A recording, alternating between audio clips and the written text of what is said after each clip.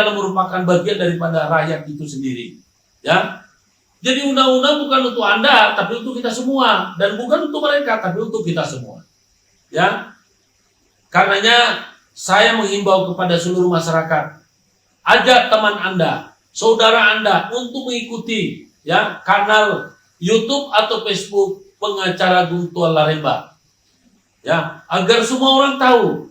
Anda kalau misalnya mengalami kesulitan, Anda bisa menelpon ke nomor telepon pribadi saya 085 2311 50281.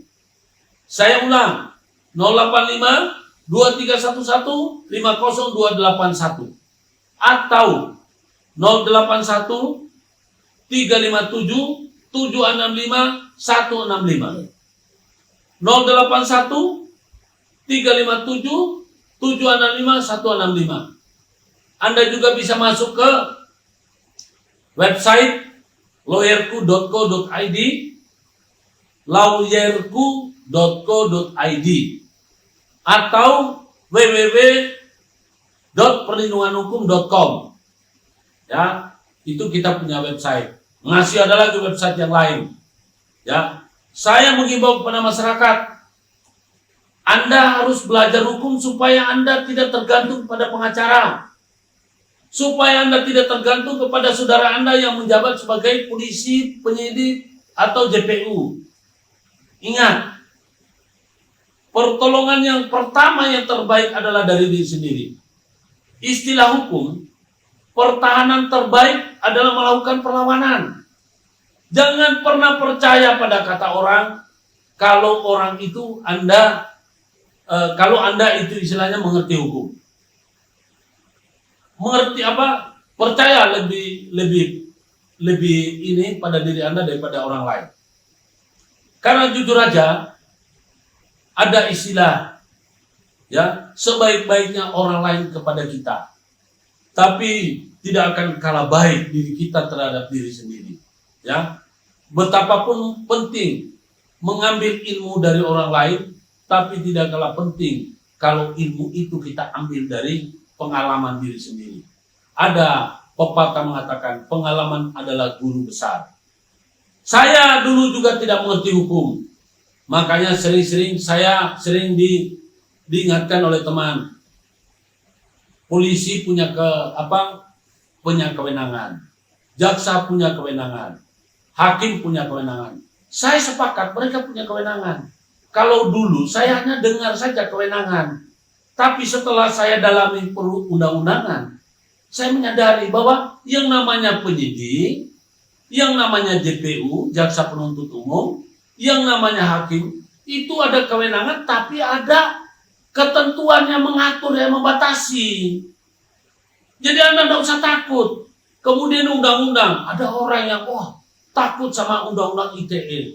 Jangan takut sama undang-undang ITE-nya. Kalau Anda mengerti hukumnya, Anda mengerti dasar-dasarnya dan filosofinya, maka Anda tidak akan pernah sedikit-sedikit diancam.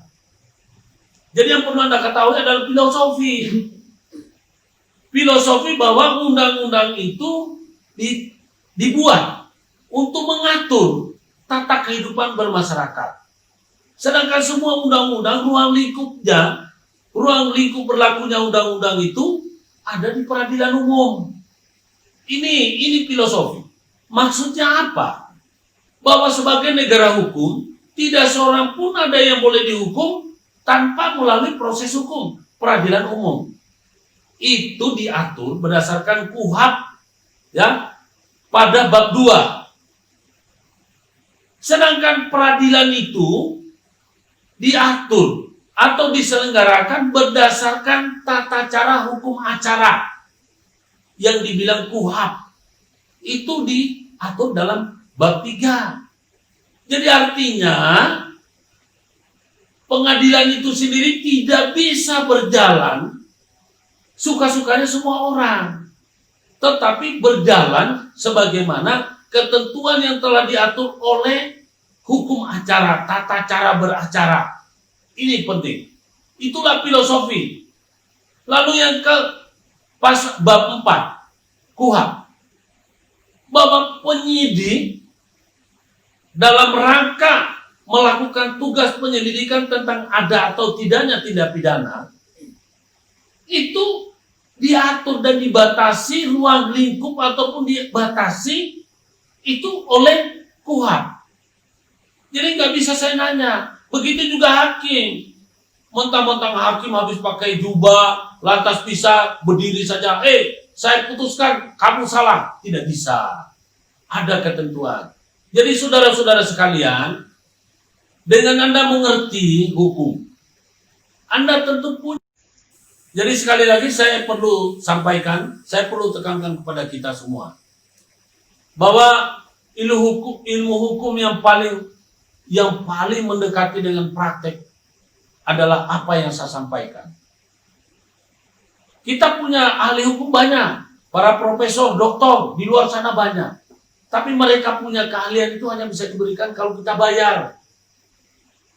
Bagaimana mungkin Anda bisa mendapatkan ilmunya mereka kalau harus dibeli? Ya, padahal masyarakat kita ini banyak yang nggak mampu. Melalui pengacara Guntur Laremba, Anda tidak perlu mengeluarkan biaya apapun. Ya, yang penting Anda punya pulsa data. Kalau Anda punya pulsa data, datang ke fasilitas umum, Anda ikuti WiFi umum itu. Ya, insya Allah Anda akan akan mendapatkan akses untuk ketemu dengan saya. Ya, nomor yang saya berikan tadi itu nomor yang bisa juga untuk berhubungan melalui WA. Tapi kalau Anda mau konsultasi, saya tekankan untuk konsultasi melalui telepon. Karena tulisan saja, kalau WA terlalu banyak yang saya harus layani. Kira-kira Anda 20-30 orang sehari saya harus layani. Ya, kepada saudara-saudara, rekan sejawat, Anda tidak perlu menganggap saya hebat. Saya bisa menyampaikan ini karena berangkat dari pengalaman. Mungkin teman-teman belum pernah jadi terdakwa atau belum pernah dikriminalisasi. Nah, kebetulan saya ini langganan dikriminalisasi dan jadi terdakwa. Satu-satunya pengacara di Indonesia yang lolos bebas murni dari kriminalisasi adalah Guntur Laremba. Jadi makanya saya bisa mengajari Anda. Ya, Anda jangan berkecil hati. Ya, kalau pernah dikriminalisasi, yang penting Anda tidak bersalah. Ya, kalau Anda bersalah kemudian Anda dijebloskan ke penjara, saya nggak ikut-ikut. Yang saya maksud, kalau Anda merasa sudah melakukan hal yang benar, Anda merasa tidak bersalah, kemudian Anda diseret-seret ke meja hijau, hadapi. Saya dulu seminggu belum tentu dapat klien, ya. Tapi semenjak saya keluar dari jadi terdakwa, wah, tiap hari paling nggak 3, paling sedikit 3 yang minta bantuan hukum. Tapi kebanyakan antara 3-6, sampai saya kewalahan nangani klien. Jujur aja, kebetulan saya ini bukan pengacara pro bono. Saya pengacara yang eksklusif. Maaf, kalau Anda tidak punya biaya, gak apa-apa minta tolong sama saya, konsultasi gratis. Tapi saya tidak berani membantu Anda kalau Anda cuma dananya minim. Lebih baik saya ajarin Anda jadi pinter, ya. Anda lakukan sendiri, saya tuntun. Saya lebih suka. Karena kenapa? Persoalan biaya penanganan perkara itu tidak jauh daripada operasional. Kalau saya harus membantu Anda dengan operasional minim, sedangkan Anda punya harapan untuk mencapai sukses, tentu itu kan berbanding terbalik. Jadi sekali lagi, lebih baik saya bantu secara sukarela, gratis, daripada saya memberi Anda biaya tetapi ternyata saya buat terlantar. Itu saya tidak akan pakai. Jadi ketika Anda ini ingin minta bantuan kepada saya, maka Anda harus, kata orang dari seberang, toki-toki dulu lututmu. Sanggupkah kamu biayai saya? Jadi kalau kau toki-toki lututmu itu kosong, mendingan mundur. Minta bantuan saya bantu Anda sebagai konsultan hukum. Ya, nah, ini penting. Kemudian kepada rekan-rekan saya yang di luar sana yang sedang belajar, Jangan bosan-bosan. Saya tidak akan pernah pelit memberikan Anda tip pengetahuan tentang hukum. Insya Allah, saya punya pengalaman berhubungan dengan masyarakat sejak tahun 86.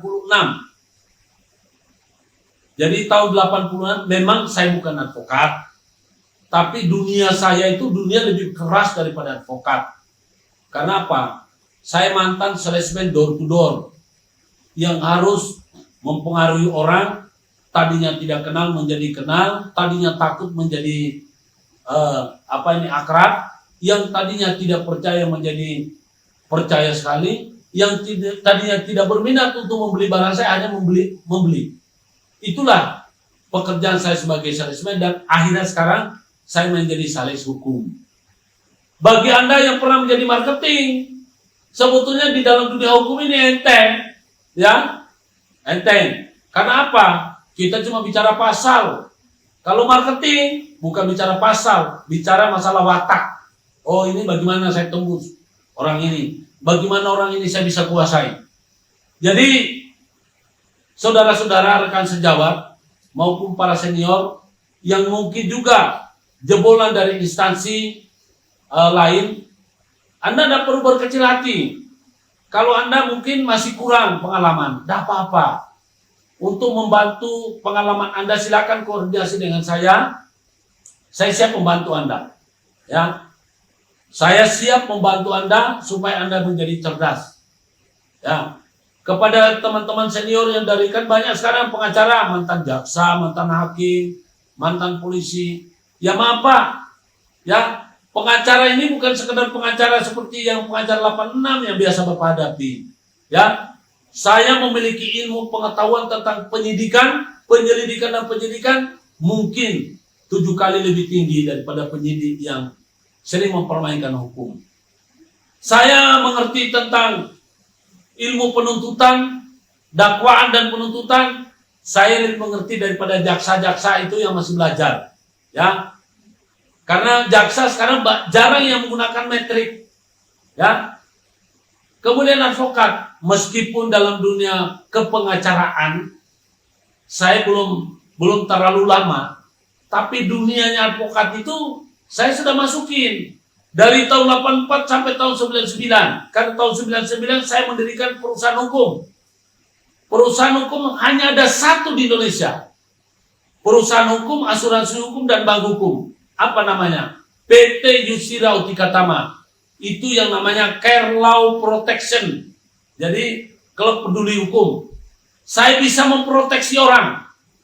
Anda-anda yang bekerja sebagai kepala desa, lurah, camat, bupati, kepala sekolah, kuasa pengguna anggaran. Kalau Anda mau terlindungi, silakan bergabung pada kami menjadi peserta member CLP, lawyerku. Sebelum ada masalah. Kalau Anda sudah menjadi member, sudah menjadi peserta dan Anda sudah memiliki kartunya, ketika Anda terjadi operasi tangkap tangan oleh aparat penegak hukum, Anda punya dasar untuk menolak diinterogasi bila tidak didampingi oleh legal pribadi. Jadi itu keuntungannya. Nah, mereka-mereka yang selama ini sering mengaku dikriminalisasi oleh penyidik KPK, kesempatannya. Jangan nanti Anda sudah ditangkap baru minta bantuan.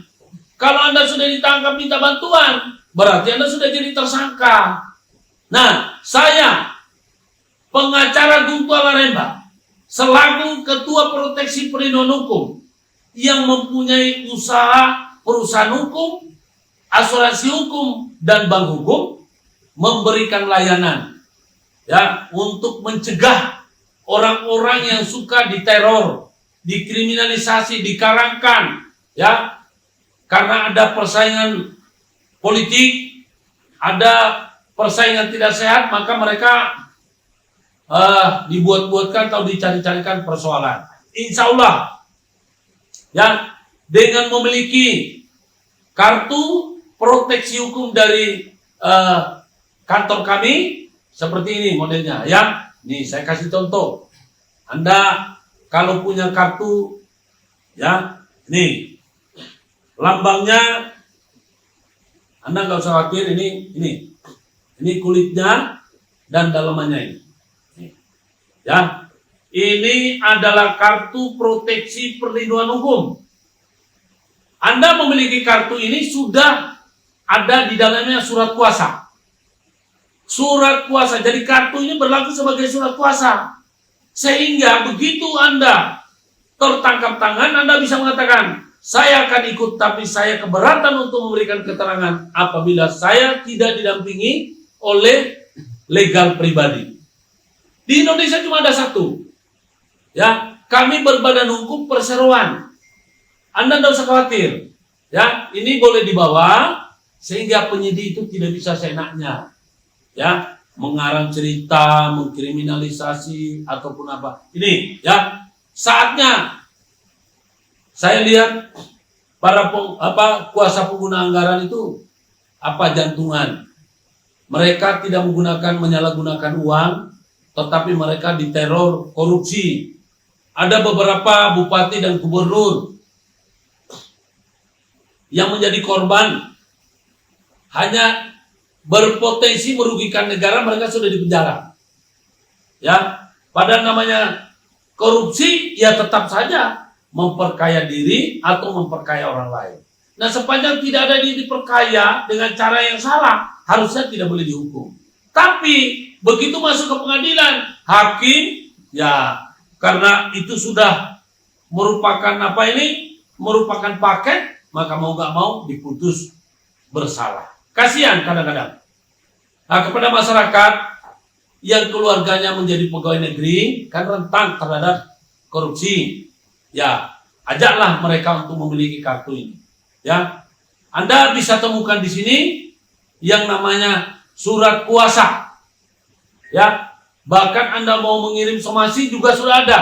Jadi dengan memiliki kartu ini, apakah itu pribadi, pejabat atau pemilik perusahaan atau perusahaan ada. Kalau perusahaan ditambah dengan sertifikat yang legal pribadi. Oke. Jumpa kita hari ini, saya tidak akan berlama-lama karena hari ini hanya untuk mengisi di mana saya sudah bertekad untuk memberikan selalu penyuluhan ya kepada saudara-saudara sekalian. Apabila ada yang bertanya, mungkin saya masih bisa layani, tapi kalau ini ada pertanyaan. Ya, silakan pertanyaan. Di komen, Pak mau bertanya, Divisi Humas Polri memberikan himbauan untuk melaporkan tindak kejahatan. Namun di salah satu media massa terdapat respon negatif terhadap himbauan itu dikarenakan penanganan di kantor polisi itu lama. Kira-kira kenapa ada seperti itu terjadi? Jadi itu merupakan penyakit atau budaya yang tidak layak, ya, budaya yang kurang pantas. Sering dipertontonkan oleh aparatur negara kita, dalam hal ini kepolisian. Sebetulnya himbauan dari atas itu bukan cuma dari Kapolri, bukan cuma dari Bareskrim, tapi dari Presiden Joko Widodo, kemudian Menko Polhukam, Mahfud MD sudah menghimbau. Tapi apa yang terjadi? Memang sulit. Hukum kita ini kalau kita mengandalkan penegak hukum kita, penegak hukum itu sendiri belum tentu ngerti hukum. Ya, apalagi perlu kita tahu ya bahwa yang menjadi penegak hukum pertama itu garda terdepan kan polisi. Sedangkan untuk menjadi polisi syaratnya dah harus jadi sarjana hukum, dia dah harus sekolah hukum.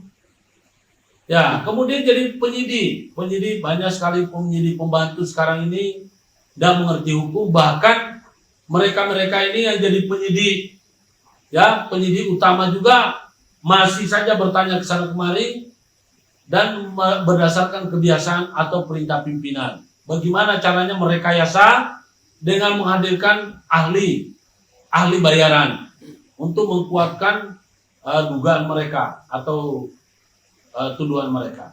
Oke, sampai sini. Jadi terhadap itu memang saya tidak bisa mencampuri karena masalah institusi. Ya, saya hanya bisa memberikan bahwa memang benar. Ada lagi? Ini masih ada tanggapan sedikit Pak. Apakah polisi masih ada berhubungan sedikit? Apakah polisi ketika sudah menerima laporan tersebut dalam rangka melakukan tugasnya, apakah ada tenggang waktunya, Pak? Jadi sebetulnya polisi itu tengah waktunya tidak terlalu secara eksplisit, tapi berdasarkan Perkap itu ada. Ya, Perkap itu sudah mengatur tentang lamanya. Jadi setelah polisi menerima laporan, dia harus menindaklanjuti. Ya, tidak boleh terlalu lama. Misalnya 3 hari. Tengah waktu itu tidak boleh lama. Jadi cuma pada kenyataannya itu bisa berhari-hari, berminggu-minggu. Nah, makanya kadang-kadang masyarakat mensinyalir untuk mendapatkan bantuan itu harus pakai dana, pelicin. Ya, itu jadi bukan rahasia lagi. Kalau nggak ada dananya, itu perkara itu mandek.